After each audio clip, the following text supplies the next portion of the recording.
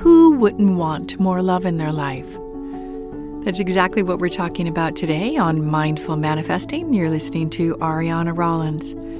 This week I was thinking about the feeling of being around people who are accepting and loving.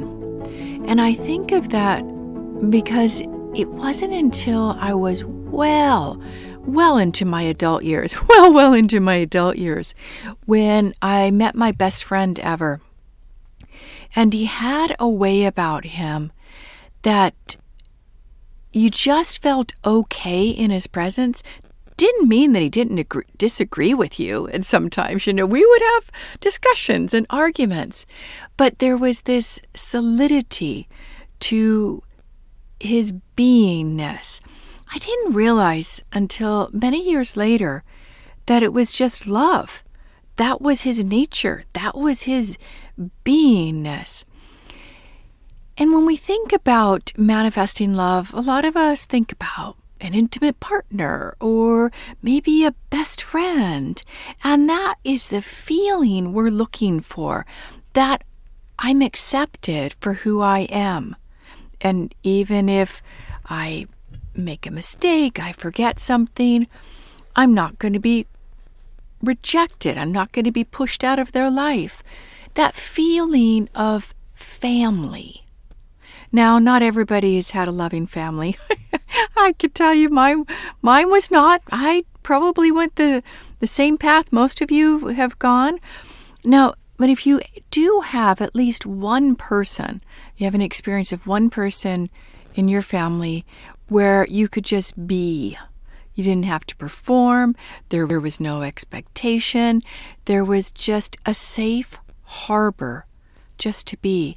And in this world that's filled with demand and expectancy and performance, to be around someone where you can just be, it is so great. So what inspired this podcast is a few nights ago I was walking with a new friend, and like new friends do, we start to talk about our life. And it turned to, are you dating? And both of us said, yeah, we'd like to. Then we started asking about our past relationship. And one of the things that came up was, as she was talking about the partner, she was still very hurt, very upset. And there were just the way that he ended it. And turned out she was the one who ended it, but the way he handled the ending was painful for her. And I had this feeling like, there's this big energy ball of disappointment and hurt and loss. So I said, how long ago was that? She said, about, 3 months ago, 4 months ago? And I'm like, wow, that's recent. Now, if you've ever gone through a not breakthrough, but maybe it is a breakthrough, you might recall how you kind of feel like your life is turned upside down. You don't have the routine, the comforts, and maybe even if it wasn't a great relationship, routines provide a sense of comfort. Someone's going to be there for us. And if you lived with them or you were married, you know exactly what I'm talking about. So when something ends, most of us reel, and it can take a while to unpack it, to digest it, to process it. And for me, having a deep relationship, and when it ends, that's one of the biggest growth opportunities. I look at who I was being in the relationship and how can I improve. Initially, no, it's it's like what he didn't do, and how it could have been. I think most of us are like that. But then at some point we say, well, I want another partnership. I want to manifest love, and I don't want it to turn out the way the last one did. So whether we like it or not, we've got to analyze it. We've got to see the part we played. How did we contribute to how things turned out? And if we don't ask ourselves those questions, then sadly, we're kind of doomed to manifest a similar situation, a similar relationship, and we don't want to. No one in their right mind would go into, I'm going to have the same kind of relationship I had with the last partner, and we're going to have the same arguments, we're going to have the same challenges. No, we want to improve. We want to have an opportunity to do a relationship differently. But for most people, they don't. They repeat the same patterns. And you may wonder why, or maybe you don't want to repeat the same patterns, and you want to manifest what I would call true love, true self-aligned love, where you can be yourself, they can be themselves, and you can be together and co-create a life where you thrive, where you grow, where you evolve.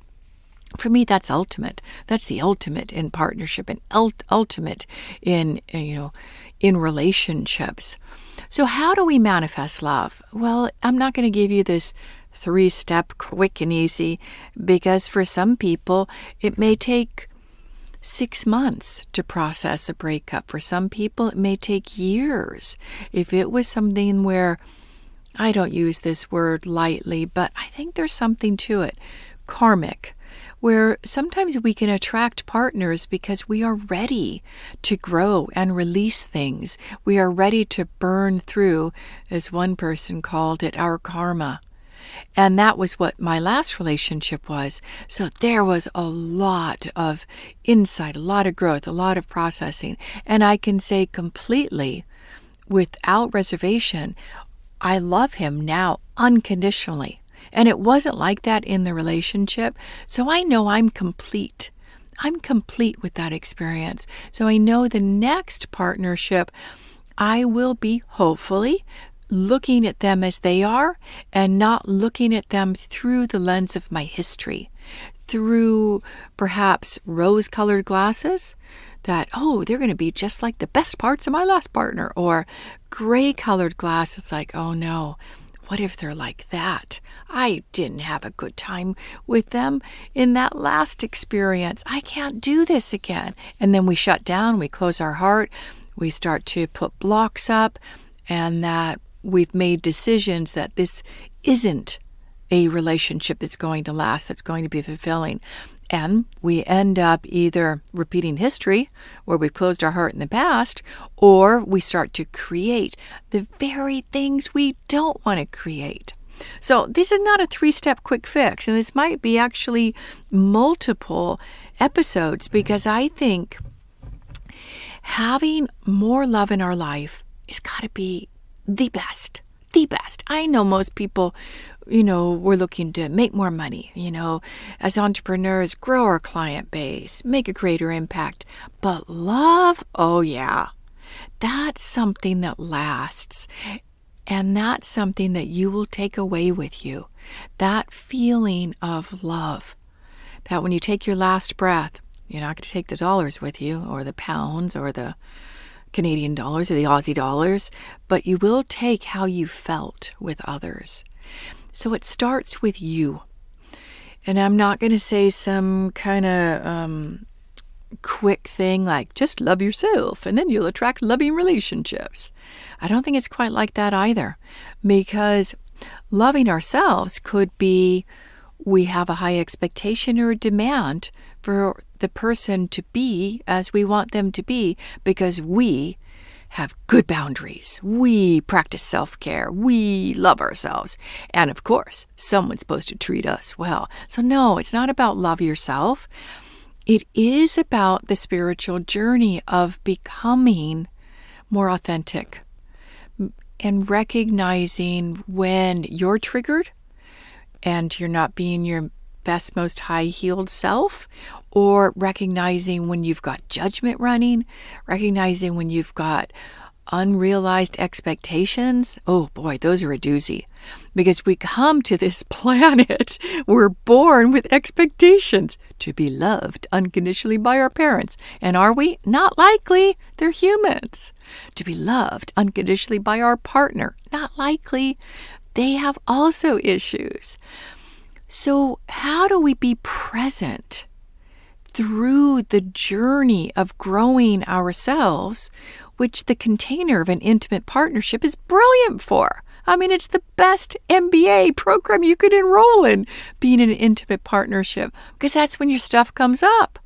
And that's when you can see it, because they're reflecting it back to you. And that's when you can reflect it back to them. I remember that one of my teachers in actually this technique that I share and I teach with clients, he said to me that in relationships, that attraction, that being pulled and drawn to someone and just compelled to be with them, that's the glue. That's the glue, that intimate attraction and bonding, so that you stick with them long enough to work out your stuff, to work out your karma. So if we have a different perspective on love, a different perspective on intimate partnership, do you think it might make us better partners? Do you think we might be able to stick it out for the long haul, grow and become a better human, and be a loving, safe harbor for another human? Wouldn't that be an awesome target, an awesome ideal? And then if we expand it to this notion of universal love, that's really what my friend was like, Rob. He loved universally. There were people, he just accepted people as they were. I remember one of our early conversations, he was living in Philadelphia at the time, and he was saying, I've got the most amazing neighbor. And he was married at the time. And he said, if I wasn't married and she was available, she'd be the best. I would love to be with her. And then I find out she was 92 years old. At that point, I think he was 50. She was 42 years older than him. But he saw through, he saw the spirit, he saw the heart, he saw the core of her and was not looking at the outside. That's someone who loves at a universal love level. So what if we did that? I imagine our life would be completely, radically changed. I think we'd then be manifesting love in every moment. In the grocery store, when we're paying our bills, when we're with our partner, when we're with our child, when we're with our best friends, because we're looking through that loving lens of being our authentic self and allowing them the space to discover themselves without expectations, without judgment. Now, it might sound a little bit idealistic and utopian-like, and yeah, I have been told that many times. But what I notice is that if I can hold that energy, that thought, that vision, that frequency, I feel brighter. My day goes better. So why not? Why not seek to be someone who can love universally? Because I'm very certain that we will manifest loving relationships in our life. And it will be a whole lot easier to accept people as they are and create that safe harbor that we so long for, to be accepted and loved as we are.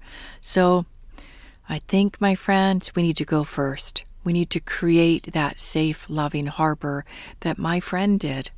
And he was the one who taught me how to be a best friend. He's the one who taught me what real love is. And it's not for convenience. It's not temporary. It's permanent. It's permanent. So this is a little bit of a different episode on manifesting love. If you enjoyed it, I would love for you to please leave a review for Mindful Manifesting wherever you listen to the podcast. And remember, as we wrap up, as you confirm yourself, you chart your own path. to success. You're not looking outside of you to be confirmed or loved or respected. You're doing that for yourself, and you can turn up powerfully to be that loving being that I know you are. Thanks so much for listening. Bye for now.